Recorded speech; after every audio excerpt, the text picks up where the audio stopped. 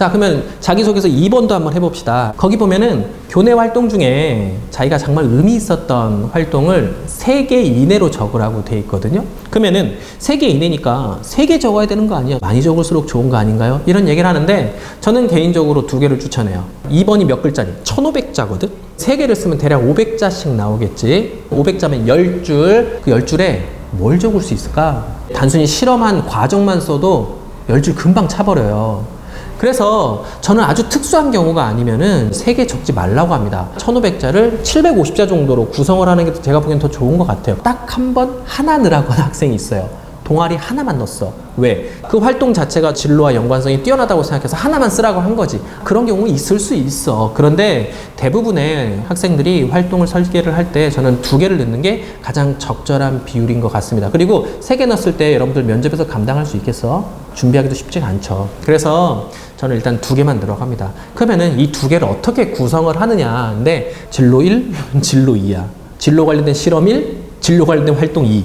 이렇게 가는 게 가장 무난한 것 같아요. 교수님들은 기본적으로 한 영역에서 한 분야를 연구하기 위해서 20년 이상 같은 공부만 하고 있는 사람들이에요. 그 영역에 대해서 정말 관심 있어 보이려면 열정을 보여줘야 돼. 그 열정은 하나밖에 없단 말이야. 교수님들은 시야가 좁아요. 대신에 엄청난 깊이를 가지고 계시죠. 그럼 그 시야 안에 쏙 들어가려면은 어떻게 해야 돼요? 내가 깊이 파려고 노력했다라는 걸 보여줘야 되고 이것을 열정이라 표현하고 이것을 전공 적합성이라 표현을 하는 거야.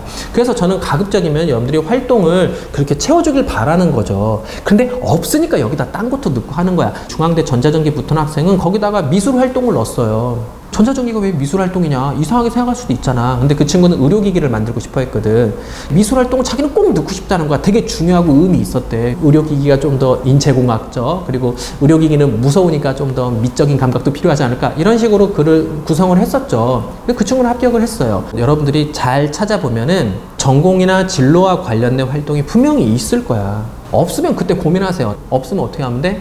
지금 3학년 때 넣을 수 있을지에 대해서 생각을 해보면 좋겠다 이거예요. 가급적이면 진로 연관된 활동을 2개를 넣는데 지나치게 3학년 활동만 넣지 말자. 1학년은 진로 탐색, 2학년은 심화활동, 3학년은 내실을 다지는 기간으로 보통 봐요. 그러니까 1, 2학년 때 활동이 상당히 중요하더라는 거지. 그래서 저는 이번에 활동 2개를 적을 때 하나는 2학년, 하나는 3학년을 추천합니다. 2학년 때는 진로를 탐색했던 과정, 그리고 3학년 때는 그거를 심화했던 과정, 이런 식으로 조금 구성을 해주면 좋지 않을까라는 생각이 들어요. 왜 하게 됐는지에 대해서 구구절절 설명하지 마세요. 학교 축제에 통해서 과학부스를 운영하게 됐는데 그 과학부스를 운영하는 데서 어떤 주제로 과학부스를 운영할까? 친구들은 이런 얘기를 했는데 그래서 결정이 뭐 어떤 생명과학을 하게 되었다. 그 생명과학을 하게 됐는데 그래서 친구들은 반발했지만 어쨌든 하게 되었고 그 시험이 결정. 이 의미 없는 말들을 왜 이렇게 많이 넣어? 간단하게 과학부스에서 생명과학 알리는 활동을 했습니다. 바로 그 밑에 활동. 이렇게 하면은 시작도 쉽고 활동을 쉽게 언급할 수 있죠. 이번에 마지막은 정말로 전공 적합성. 생명과학 실험을 해보니 나 의대 가서 이런 거 할 수 있겠다. 예를 들어서 생명과학 실험 시간에 개구리 해부를 해봤는데 와, 이런 구조가 있네. 거기서도 비슷한 좀 더 복잡한 인체에 대한 탐구를 할 수 있겠다. 전공에서 필요로 하는 그 분야를 언급해 주는 걸 저는 개인적으로 좋아해요. 이번에 2개 활동이 이렇게 구성됐을 때 얘가 연결 안 돼도 돼요. 상관없어요. 마무리 때 연결을 시키지만 여러분들 쓰실 때는 이렇게 연결이 꼭 안 돼도 되니까 서로 다른 활동을 하면 좋습니다. 그럼 여기서 선생님, 저는 진로 관련 활동이 2개가 안 되는데요? 그러면은 어떻게 하는 거냐면 이걸 찾아내면 돼. 여러분들이 하고자 하는 영역이 있겠죠? 그 영역에서 요구되는 인재상이 있어요. 대학교 인재상 아니야. 대학교가 아니라 그 학과에서 요구되는 인재상이 있는데, 예를 들면 기계공학과는 수학하고 물리 잘하면 좋잖아. 전자전기공학과나 이런 데는 좀 더 창의력이 있으면 도움이 될 수도 있죠. 수학같이 깊이 있는 탐구를 해야 되는 학과 같은 경우는 뭐예요? 특정 영역에 대한 집중력 있는 모습을 보여주면 좋지, 이런 것들이 드러날 수 있는 활동이면 됩니다.